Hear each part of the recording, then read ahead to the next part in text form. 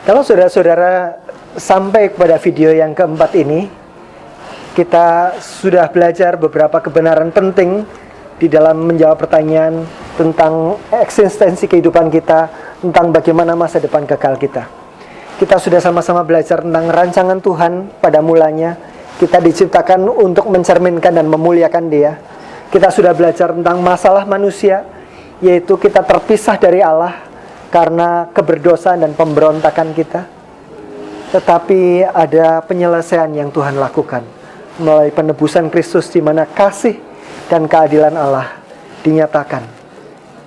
Dan kita sampai pada bagian yang penting, di mana kita perlu menanggapi apa yang sudah Kristus lakukan bagi kita. Kita akan sama-sama belajar tentang tanggapan manusia, tanggapan saudara dan saya atas karya terbesar di dalam dunia ini. Kita melihat bagaimana kita bisa mengalami anugerah itu. Yohanes 1 ayat 12 memberikan petunjuk tentang hal ini. Dikatakan bahwa semua orang yang menerimanya diberinya kuasa supaya menjadi anak-anak Allah, yaitu mereka yang percaya dalam namanya. Dari bagian ini kita melihat beberapa hal penting. Ada sesuatu yang disebut sebagai menerimanya, menerima Kristus. Semua orang yang menerimanya diberinya kuasa menjadi anak-anak Allah. Kita yang tadinya seteru Allah, kita yang tadinya memusuhi, memberontak pada Allah, kembali dipulihkan hubungannya, kembali menjadi anak-anak Allah. Siapa yang menerima Dia, siapa yang menerima Kristus adalah orang-orang yang percaya dalam namanya. Ayat ini menjelaskan. Jadi menerima sama dengan percaya. Pertanyaan selanjutnya adalah, oke, saya perlu menerima Kristus, menerima karya keselamatan itu, dan menerimanya kita lakukan dengan percaya. Tetapi apa yang dimaksud dengan percaya kalau begitu? Sekedar memiliki fakta-fakta yang benar dan kita percaya pada fakta-fakta itu, atau percaya yang bagaimana? Mari kita lihat bagian lain yang lebih mengelaborasi tentang hal ini. Yohanes 3 ayat 16 dikatakan, karena begitu besar kasih Allah akan dunia ini, sehingga Ia telah mengaruniakan anaknya yang tunggal, supaya setiap orang yang percaya kepadanya, kembali kita ketemu kata percaya di sini, menerima Dia artinya percaya, percaya kepadanya tidak binasa melainkan beroleh hidup yang kekal. Kita melihat percaya menjadi satu kunci kita menerima anugerah itu. Percaya kepada karya keselamatan yang sudah dikerjakannya itu, bukan kepada perbuatan baik kita sendiri yang tidak mungkin menjembatani, tetapi percaya kepada karya yang agung besar, yang sangat mahal, yang tidak dapat kita lakukan sendiri, dan kita beriman kepada karya itu untuk kita diselamatkan. Percaya yang seperti apa? Alkitab mengatakan bahwa setan-setan pun percaya dan gemetar. Tetapi tidak ada cerita bahwa setan, kuasa-kuasa kegelapan diselamatkan. Percaya yang semacam apa? Percaya yang dimiliki setan yang seperti apa? Dan percaya seperti apa yang menjadi kepercayaan yang menyelamatkan, the saving faith. Untuk menggambarkannya, ada sebuah ilustrasi sederhana yang saya harap bisa menolong apa yang dimaksud dengan percaya ini. Saudara-saudara, ilustrasi tentang pernikahan. Ketika saya menikah dengan istri saya, ada beberapa proses yang saya lalui. Yang pertama, untuk menikah dengan istri saya perlu tahu bahwa ada orang yang namanya Sylvia. Istri saya namanya Sylvia. Saya perlu tahu keberadaan manusia, orang lain yang namanya Sylvia. Saya kenal pribadinya, saya punya pengetahuan dan pengenalan. Itu adalah secara pikiran. Tetapi saudara-saudara, itu penting, itu perlu. Tetapi saya mengenal banyak wanita yang lain, saya tahu banyak wanita yang lain, dan saya tidak menikahi semua wanita yang saya tahu, bukan? Pengetahuan itu penting. Kalau tidak, namanya itu hanya imajiner saja. Tetapi pengetahuan tidak cukup. Ada bagian kedua, muncul perasaan cinta, perasaan rindu melewatkan hidup bersama dengan wanita yang ini. Dari pikiran menjadi perasaan mencintai, perasaan rindu melewatkan hidup bersama, dan ini melahirkan komitmen, melahirkan kehendak untuk melamar dia dan membuat janji nikah. Saya mengenal banyak wanita, pikiran saya pernah mencintai wanita-wanita yang lain, tetapi saya tidak menikahi semua wanita yang saya pernah cintai. Tetapi hanya pada satu orang saya melamar dan membuat janji nikah. Itulah kehendak. Jadi untuk menikah dengan seseorang, kita butuh pemahaman, pikiran, kita butuh perasaan, dan kita butuh kehendak. Melamar, membuat janji nikah. Dan ilustrasi ini menggambarkan dengan baik tentang apa itu saving faith, iman yang menyelamatkan. Iman yang menyelamatkan itu berkenaan dengan pikiran. Kita perlu tahu apa yang dilakukan Kristus di atas kayu salib. Kalau kita tidak tahu apa yang dilakukan Kristus di atas kayu salib dan apa yang dilakukan oleh Tuhan untuk menebus kita, sebagaimana yang sudah kita pelajari, maka kita tidak sedang beriman kepada sebuah fakta Alkitabiah. Kita hanya beriman pada iman saja. Kita hanya beriman secara imajiner bahwa kita diselamatkan, tetapi kita tidak tahu apa yang dikerjakan oleh Tuhan.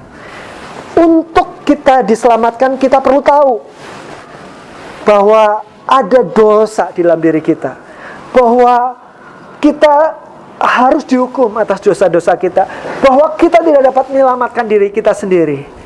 Kita perlu tahu ada kabar buruk itu, tetapi kita juga perlu tahu kabar baiknya. Ada penebusan Kristus. Dan itulah yang kita pelajari selama 3 video ini. Tidak berhenti di sana. Setan-setan pun punya pengetahuan yang sama dengan kita. Tetapi kita masuk ke bagian kedua. Ada dari apa yang kita tahu, kita muncul perasaan. Kita tahu bahwa kita berdosa.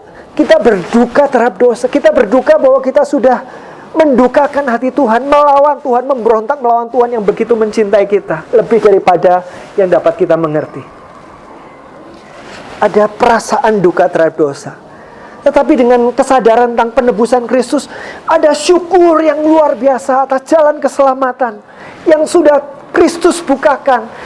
Syukur luar biasa atas kasih Tuhan dan keadilannya yang sudah digenapi di dalam penebusan Kristus. Perasaan itu ada dalam hati kita. Dan kemudian itu menggerakkan kita pada kehendak. Kehendak untuk bertobat dari dosa, berpaling dari dosa. Tadinya kita berjalan ke arah dosa, terus-menerus mengikuti keinginan dosa. Kita berbalik arah. Kita meninggalkan dosa dan menuju kepada Tuhan. Itulah yang disebut sebagai berbalik dari dosa, bertobat dari dosa. Kehendak untuk bertobat dari dosa dan kehendak untuk menerima Kristus, mengikuti Kristus sebagai Tuhan dan Juru Selamat pribadi satu-satunya. Seperti orang membuat janji nikah, saya berkata, aku mengambil engkau sebagai istriku atau sebagai suamiku yang sah.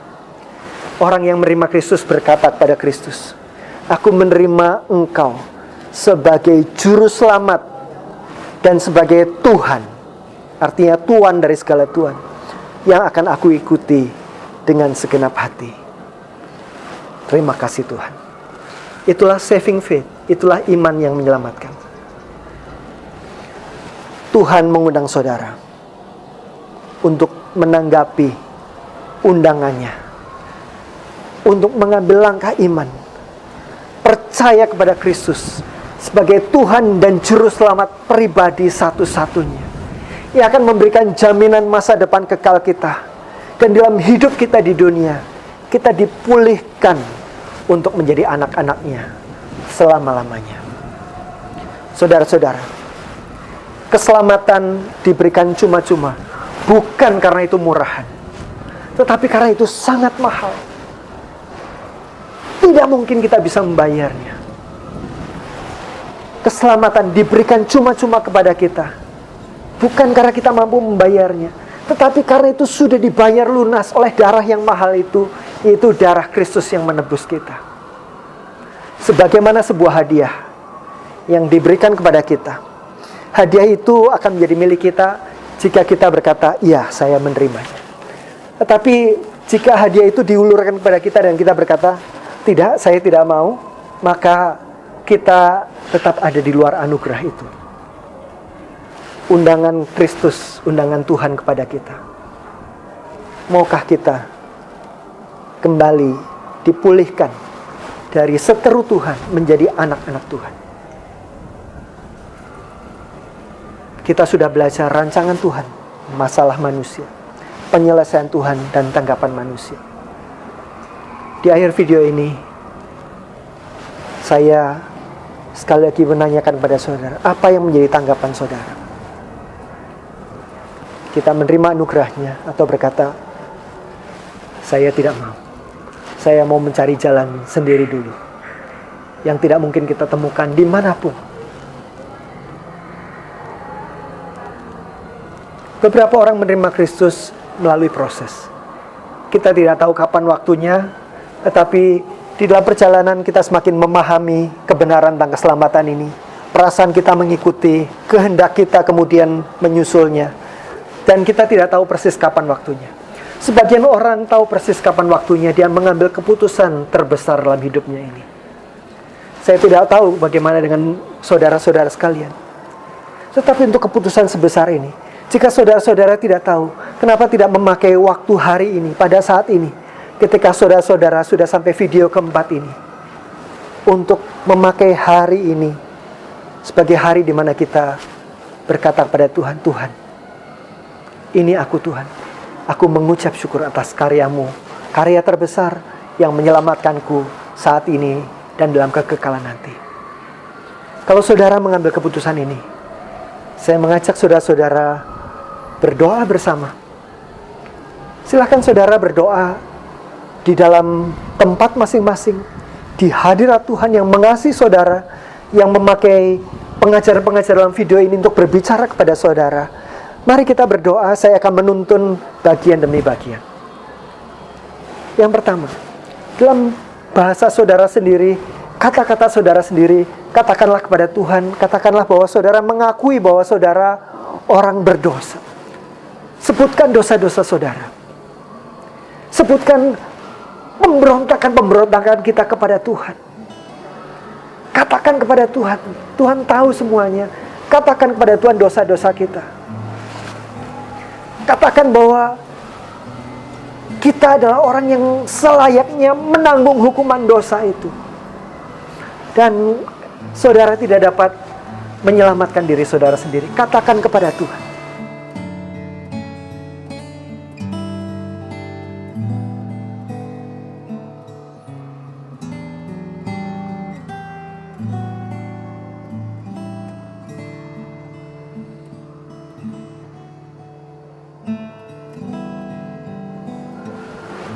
Yang berikutnya, dari hati saudara yang paling dalam, naikkan ucapan syukur kepada Tuhan yang sudah mengaruniakan Kristus untuk menggantikan dan menebus saudara di dalam segala keberdosaan saudara. Dan ketika saudara masih memberontak kepada Dia, Dia bahkan sudah mati dan bangkit bagi kita. Naikkan syukur kepada Tuhan atas anugerahnya yang begitu besar, yang jauh melampaui akal kita. Kita dikasihi sedemikian rupa.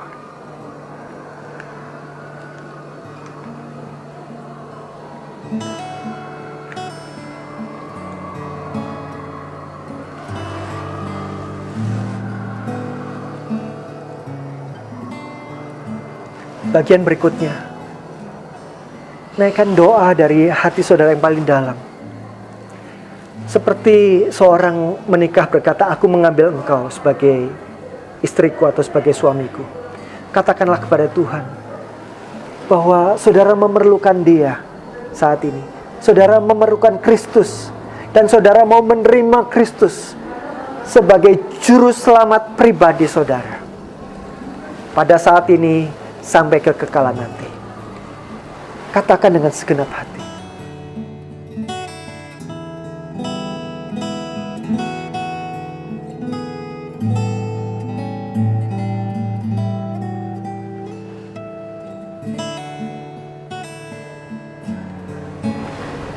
Dan yang terakhir, nyatakan pertobatan saudara. Saudara berkata kepada Tuhan, sekarang saya mau berbalik dari dosa-dosa saya. Sekarang saya mau meninggalkan dosa-dosa saya. Saya mau diubahkan. Dan saya mau mengikuti Tuhan. Dan mau memuliakan Tuhan seumur hidup saya. Saya mau menjadi pribadi yang sungguh-sungguh menjadi anak-anak Tuhan, yang dikuduskan dan hidup sebagaimana kehendak Tuhan. Karena Dia bukan hanya juru selamat kita, Dia adalah Tuhan kita. Katakan komitmen saudara kepada Tuhan.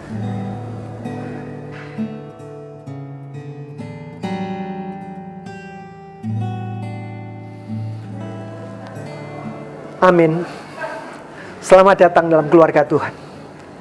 Saudara-saudara diterima sebagai anak-anak Tuhan, orang-orang yang Tuhan kasihi, orang-orang yang Tuhan selamatkan di dalam dunia ini sampai pada kekekalan nanti.